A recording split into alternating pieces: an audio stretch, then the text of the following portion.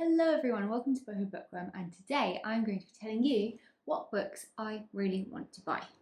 I'm going to start out with a book out of my comfort zone genre-wise. However, it's written by a woman who I have loved for years, Hilarie Burton, who is now known as Hilarie Burton Morgan because she married Jeffrey Dean Morgan, who is supposedly the hunk from The Walking Dead. However, I think Rick, he is number one for me.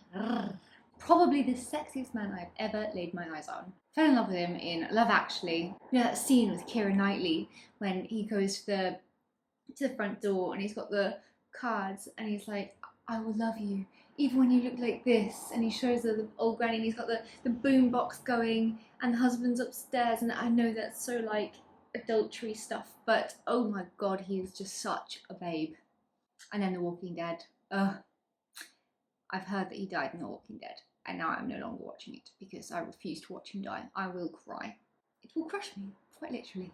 Anyway, so Hilarie Burton, now Hilarie Burton Morgan, wrote a non-fiction memoir book. Just so you're aware of who she is, I used to watch this TV show when I was growing up called One Tree Hill, and it was the most incredible show, kind of like similar to The OC or 90210, that kind of vibe. And she played the character of Peyton Sawyer, who was like the kind of tortured soul, a dark artist with like a bit of a fucked up childhood, and you know, she's just trying to find her way through life. She's just a very angry person, and I really related to her for a very long time. So of course, when I saw that she came out with a book, I had to get on board with it. It is on my Amazon wishlist, and I will be purchasing it in the very near future, when I can afford it.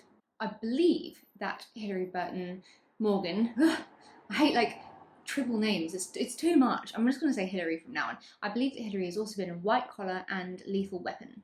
So in this book, it recounts how Hollywood and New York and stuff, like, it gave her a really comfortable life, and she ended up leaving it all behind. With her husband, Jeffrey Dean Morgan, they buy this working farm in Rhinebeck in New York, I believe. Never been to New York, also on my bucket list to go there, so the Rural Diaries is kind of chronicling her life on the farm and just how it's all changed, a new way of thinking, a new way of living. Chopping wood, making dandelion wine, which is something I have not heard of, but I am there for it. It's kind of like her transition from urban to country living. So it might sound a little bit boring to you, but because I know her in a sense, like I listened to her new podcast, Drama Queens, which she's with two of the other characters from the show, and they're rewatching One Tree Hill for the first time, and it's just a really fun listen, and it makes me want to rewatch the show again, even though I've rewatched the show about 1 billion times. I think I'm gonna do it again. God knows where I'm gonna find the time. Now she's older. She's got grey hair now. She's got a child. She's married to Jeffrey Dean Morgan. She lives on a farm. She chops up firewood. Her life has radically changed, and for me, because she's someone that I grew up absolutely adoring, and her art, like quotes from her character Peyton Sawyer on One Tree Hill stay with me to this day. I'm so excited to read this book. Then we have Kill Creek by Scott Thomas, which is a bit of a booktube or horror tube fave.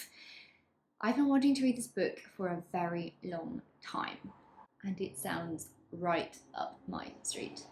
So there's this old, forgotten, empty house called Finch House. There's this best-selling horror novelist called Sam who's invited to stay the night on Halloween. The house is supposedly haunted, so I guess it's kind of like it could be inspiration for his next book. What he realizes is that he's not going to be alone in this haunted house. He's going to be accompanied by a bunch of other horror writers as well, who have all kind of shaped the horror genre. So they all get together for the evening on Halloween in this supposedly haunted house. I have heard absolute wonders about this book, and I can't wait to dive on in. I'm thinking about maybe buying this one for October, for the month of October. I think it might be my Halloween read. The next one is a very recent release called That Night by Gillian McAllister. And Gillian McAllister is an author that I follow on Instagram. I just love watching her manuscripts come into fruition. As an author myself, it's just something that I find absolutely fascinating. She's got the life that I really want. She's got the golden retriever, she's got the ginger cat, she works all day on her Mac laptop writing thriller novels. She is what I envision perfect life to be. This is a book about someone called Franny who commits a murder, but she really didn't mean to. And the question behind this entire book is, how far would you go to protect your family?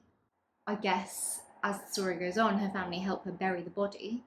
So the whole family kind of becomes entangled in all of these lies that they've created to cover up this murder, and being accomplices to murder as well. So, or at least involved in the cover up.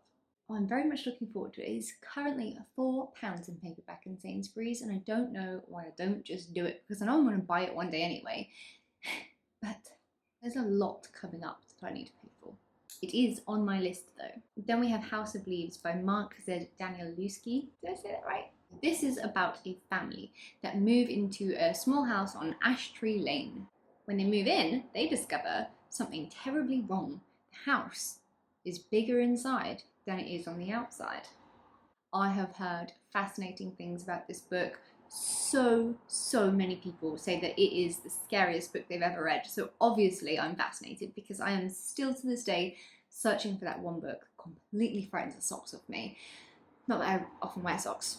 I've heard that the entire reading experience is literally an experience. Like, you read certain parts in the mirror to get it right. It takes you on this horror journey, which I am super ready for. I wonder if it's a movie. This is when Google comes in handy. House of Leaves. Movie. Oh, the adaptation is currently not happening as far as I know. Sadly, author Mark Danielewski says he has screenplays written for a potential movie and for a pilot for a series. That would be so much better. But without a production company attached, it means nothing is really in the works.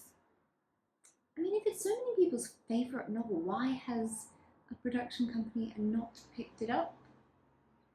Strange. Then we have book 2 in the Game of Thrones series, A Clash of Kings by George R.R. Martin. I love the Game of Thrones series. I don't know what book 2 is going to focus on in the series, but I am just so excited for more of Daenerys, Jon Snow, Tyrion Lannister, bloody all of them. I've heard brothers plot against brothers and the dead rise in the night. I don't often invest my time into series. However, the Game of Thrones series definitely needs my attention. I adored book 1 and I can't wait to continue with the series. I really wish I had the box set actually. Put that there on this, yes. Okay, I want the box set of A Game of Thrones. Can I please win the lottery? Time to buy another scratch card. I mean, let's face it, every time I go to the bookshop, there's so many books that I want to buy regardless. I mean, I've recently discovered Beth O'Leary and I'm just about to finish, where it's behind my butt, The Flat Share, and I definitely want to read more from her in the future. She's got 2 others, I think, at the moment, one called The Road Trip and another called The Switch. They are books that I will one day buy, not top of the priority list, but yes, they are on there. And just every cookbook in the world, every book in the world, I would like to buy it. And I would like a house with a library and like a beautiful desk and a comfortable chair and my lovely laptop sitting there with like typewriters all decorated around it and like jazz music playing and coffee brewing and incense burning and candles flickering and a fire lit, even though it's really hot right now and I really could not stand a fire, but come winter I would appreciate that.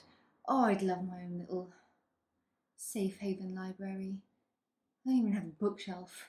This is why we work hard, so that one day our dreams can come true. Let me know what book you are planning on buying next. If you know what it is, I would absolutely love to know. Have an amazing day, and I will talk to you very soon.